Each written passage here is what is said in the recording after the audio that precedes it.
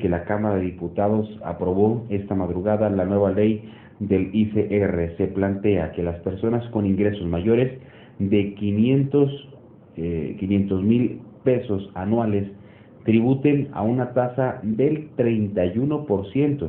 y quienes ganen más de 750,000 se graban en un 32%, consideran como un deducible las cuotas de seguridad social y cargo del trabajador.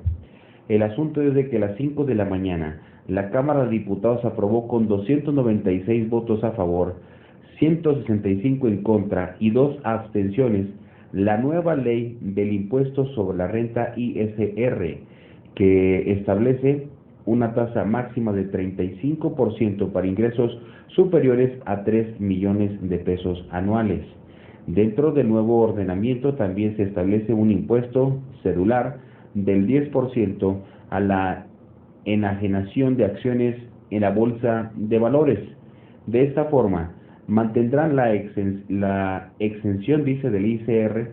los productores cuyos ingresos no excedan los 40 salarios mínimos anuales correspondientes al área geográfica del contribuyente, alrededor de 900,000 pesos, y personas morales del sector cuando sus ingresos no excedan los 200 salarios mínimos anuales correspondientes al Distrito Federal, unos 4.5 millones de pesos. Asimismo,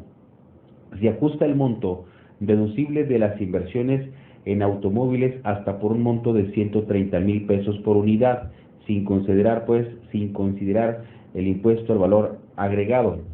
Se mantiene como deducible un porcentaje equivalente a 8.5% de los consumos realizados en restaurantes, siempre que el pago se realice mediante tarjeta de crédito, de débito o de servicios o a través de los monederos electrónicos que al efecto autorice el SAT. El dictamen, elaborado previamente por la Comisión de Hacienda, fue modificado en el Pleno con aprobación de 7 reservas de PRI, PAN, PRD y Nueva Alianza, y una fe de erratas que envió esta instancia legislativa cerca de las 3 de la mañana. En la actualidad, los que más ganan pagan un 30% del ISR, y con la expedición de esta nueva ley se plantea que las personas con ingresos mayores de 500,000 pesos anuales tributen a una tasa del 31% y quienes ganen más de 750,000 pesos se graban en un 32%. También los ingresos por encima de 1 millón de pesos anuales se grabarán con la tasa de 34% y quienes perciban ingresos superiores a 3 millones de pesos contribuirán en una tasa máxima del 35%. En la nueva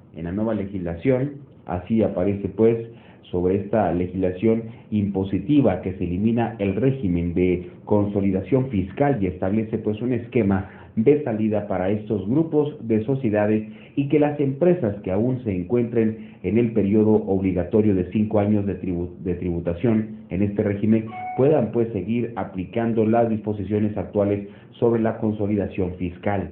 Asimismo,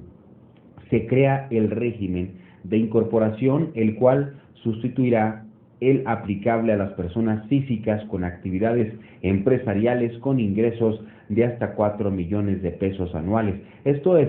se sustituye el régimen intermedio y el régimen de pequeños contribuyentes, que se denomina REPECOS.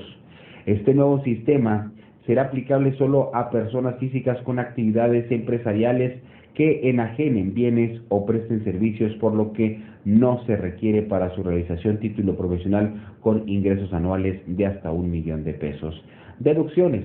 Además, en materia de deducciones, se elimina la posibilidad de deducir en solo un ejercicio, es decir, en un solo ejercicio, el 100% de la inversión realizada en la adquisición de activos fijos. No se descarta la deducción de las aportaciones que realizan las empresas para la creación o incremento de las reservas destinadas a fondo de pensiones o jubilaciones, complementarias a las que establece la ley del Seguro Social, así como de primas de antigüedad.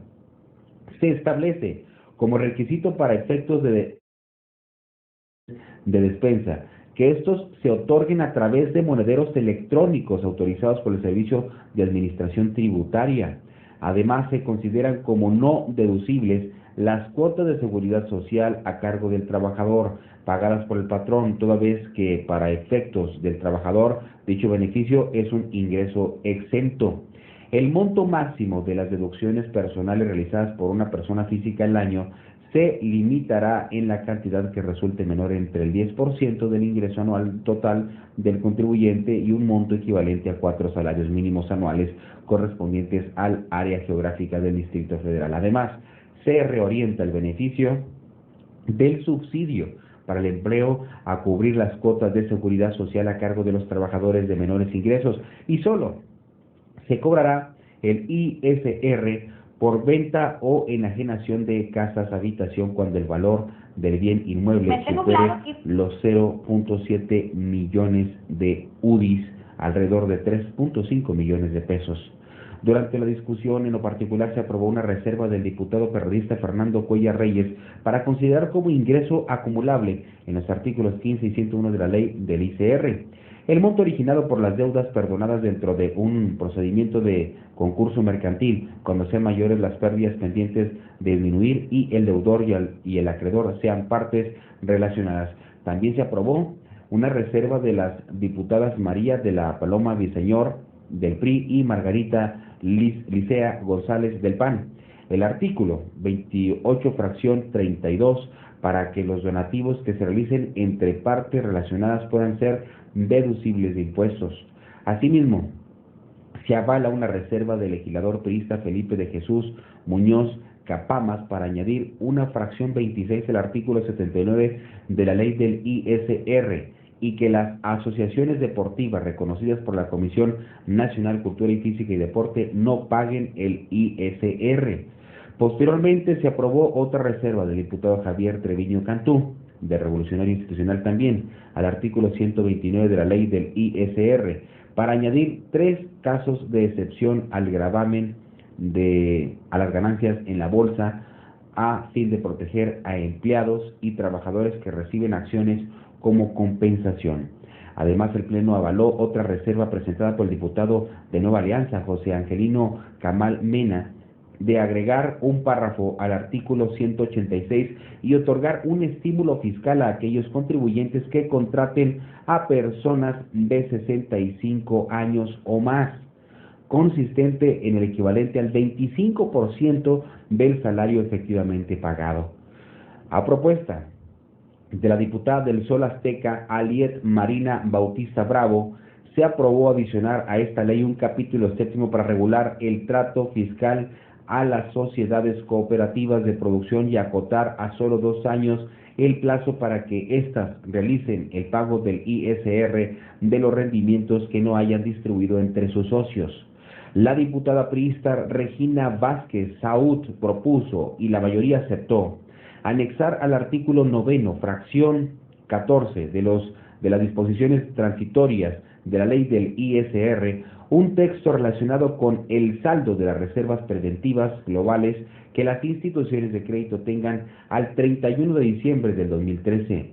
El Pleno también aceptó una fe de erratas que le envió la Comisión de Hacienda y Crédito Público respecto al artículo 151, fracción cuarta, que se refiere a los intereses reales pagados en el ejercicio por créditos hipotecarios destinados a la adquisición de casa habitación por un monto que no exceda 750,000 unidades de inversión. Así, los primeros datos que surgen en cuanto a esta aprobación de la Cámara de Diputados. La Cámara de Diputados, pues, aprueba esta madrugada la nueva ley del